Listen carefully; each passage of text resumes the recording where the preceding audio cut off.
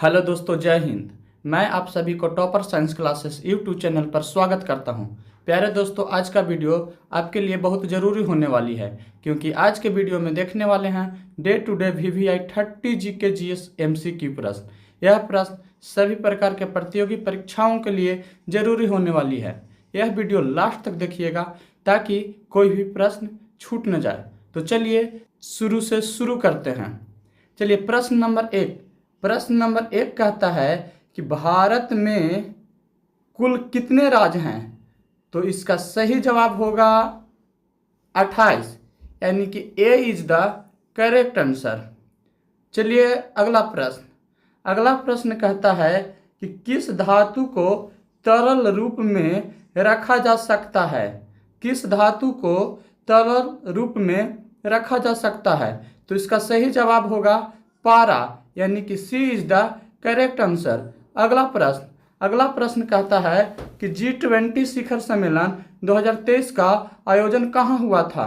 G20 शिखर सम्मेलन 2023 का आयोजन कहाँ हुआ था। तो इसका सही जवाब होगा दिल्ली, यानी कि सी इज द करेक्ट आंसर। देखते हैं अगला प्रश्न कहता है कि संविधान में कितनी अनुसूचियां हैं। संविधान में कितनी अनुसूचियां हैं। तो इसका सही जवाब होगा 12, यानी कि सी इज द करेक्ट आंसर। चलते हैं अगले प्रश्न की ओर। अगला प्रश्न कहता है कौन सा ग्रह लाल ग्रह कहलाता है। कौन सा ग्रह लाल ग्रह कहलाता है। तो इसका सही जवाब होगा मंगल, यानी कि B is the correct answer. अब देखते हैं अगला प्रश्न कहता है यूएनओ की स्थापना कब हुई थी। यूएनओ की स्थापना कब हुई थी। तो इसका सही जवाब होगा 1945 में, यानी कि B is the correct answer. Next प्रश्न कहता है भारतीय रिजर्व बैंक की स्थापना कब हुई थी। भारतीय रिजर्व बैंक की स्थापना कब हुई थी।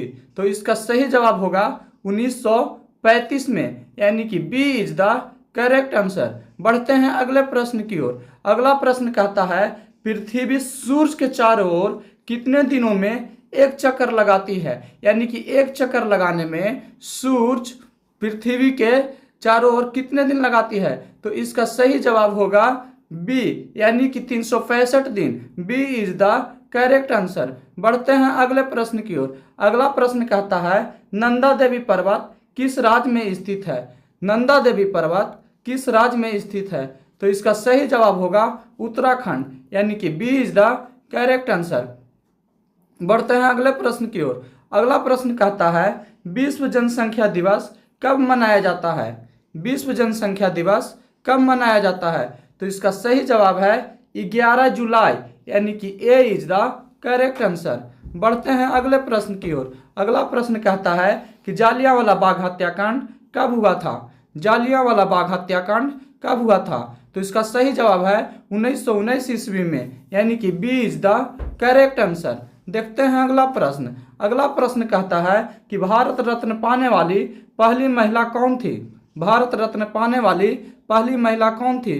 तो इसका सही जवाब होगा मदर टेरेसा, यानी कि सी इज द करेक्ट आंसर। बढ़ते हैं अगले प्रश्न की ओर। अगला प्रश्न कहता है परमाणु बम किस वैज्ञानिक ने बनाया था। परमाणु बम किस वैज्ञानिक ने बनाया था। तो इसका सही जवाब होगा ओपेनहाइमर, यानी कि B is the correct answer. बढ़ते हैं अगले प्रश्न की ओर। अगला प्रश्न कहता है कि टेलीविजन का आविष्कार किसने किया था। टेलीविजन का आविष्कार किसने किया था। तो इसका सही जवाब होगा J.L. बेयर्ड्स, यानी कि B is the correct answer. बढ़ते हैं अगले प्रश्न की ओर। अगला प्रश्न कहता है कि भारत के प्रधानमंत्री कौन थे। भारत के पहले प्रधानमंत्री कौन थे। तो इसका सही जवाब होगा जवाहरलाल नेहरू, यानी कि B is the correct answer. बढ़ते हैं अगले प्रश्न की ओर। अगला प्रश्न कहता है भारत का पहला महिला प्रधानमंत्री कौन थी। तो इसका सही जवाब होगा इंदिरा गांधी, यानी कि B is the correct answer. बढ़ते हैं अगले प्रश्न की ओर। अगला प्रश्न कहता है पाचन क्रिया मुख में किससे शुरू होती है। पाचन क्रिया मुख में किससे शुरू होती है। तो इसका सही जवाब होगा लार, यानी कि B is the correct answer. अगर यह वीडियो आप लोग को अच्छी लग रही हो तो यह चैनल को कर दीजिए सब्सक्राइब और वीडियो को कर दीजिए लाइक। चलिए चलते हैं अगले प्रश्न की ओर। ब्लूटूथ तकनीक का उपयोग किसके लिए होता है? ब्लूटूथ तकनीक का उपयोग किसके लिए होता है? तो इसका सही जवाब होगा वायरलेस संचार, यानी कि ए इज द करेक्ट आंसर। बढ़ते हैं अगले प्रश्न की ओर। अगला प्रश्न कहता है भारत की स्वतंत्रता की घोषणा किस अधिनियम से हुई थी? भारत की स्वतंत्रता की घोषणा किस अधिनियम से हुई थी? तो इसका सही जवाब होगा भारतीय स्वतंत्रता अधिनियम 1947। चलते हैं अगले प्रश्न की ओर। अगला प्रश्न कहता है डीएनएस का पूर्ण रूप क्या है? डीएनएस का पूर्ण रूप क्या है? तो इसका सही जवाब होगा डोमेन नेम सिस्टम, यानी कि B is the correct answer. बढ़ते हैं अगले प्रश्न की ओर। अगला प्रश्न कहता है तारापुर परमाणु संयंत्र किस राज्य में स्थित है? तारापुर परमाणु संयंत्र किस राज्य में स्थित है? तो इसका सही जवाब होगा महाराष्ट्र, यानी कि B is the correct answer. बढ़ते हैं अगले प्रश्न की ओर। अगला प्रश्न कहता है कि फाइलों को संग्रहित करने का सबसे आम माध्यम क्या है? फाइलों को संग्रहित करने का सबसे आम माध्यम क्या है? तो इसका सही जवाब होगा हार्ड डिस्क, यानी कि सी इज द करेक्ट आंसर। ये हार्ड डिस्क का चित्र है। चलते हैं अगले प्रश्न की ओर। अगला प्रश्न कहता है कि रक्त का शुद्धिकरण किस अंग द्वारा किया जाता है? रक्त का शुद्धिकरण किस अंग द्वारा किया जाता है? तो इसका सही जवाब होगा गुर्दा, यानी कि सी इज द करेक्ट आंसर। बढ़ते हैं अगले प्रश्न की ओर। अगला प्रश्न कहता है अमेजन वर्षा वन किस महाद्वीप में है? अमेजन वर्षा वन किस महाद्वीप में है?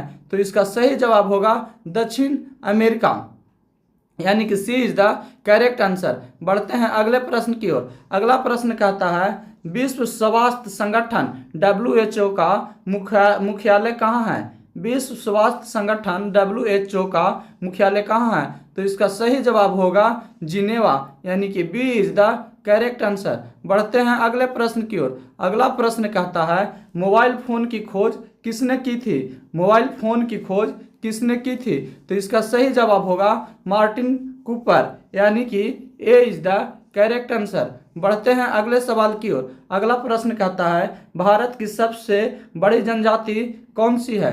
भारत की सबसे बड़ी जनजाति कौन सी है? तो इसका सही जवाब होगा भील, यानी कि सी इज द करेक्ट आंसर। बढ़ते हैं अगले प्रश्न की ओर। अगला प्रश्न कहता है दूध का महासागर किसे कहा जाता है? दूध का महासागर किसे कहा जाता है? तो इसका सही जवाब होगा अमूल उद्योग को, यानी कि B is the correct answer. बढ़ते हैं अगले प्रश्न की ओर। अगला प्रश्न कहता है भारत का राष्ट्रीय गान किसने लिखा था? भारत का राष्ट्रीय गान किसने लिखा था?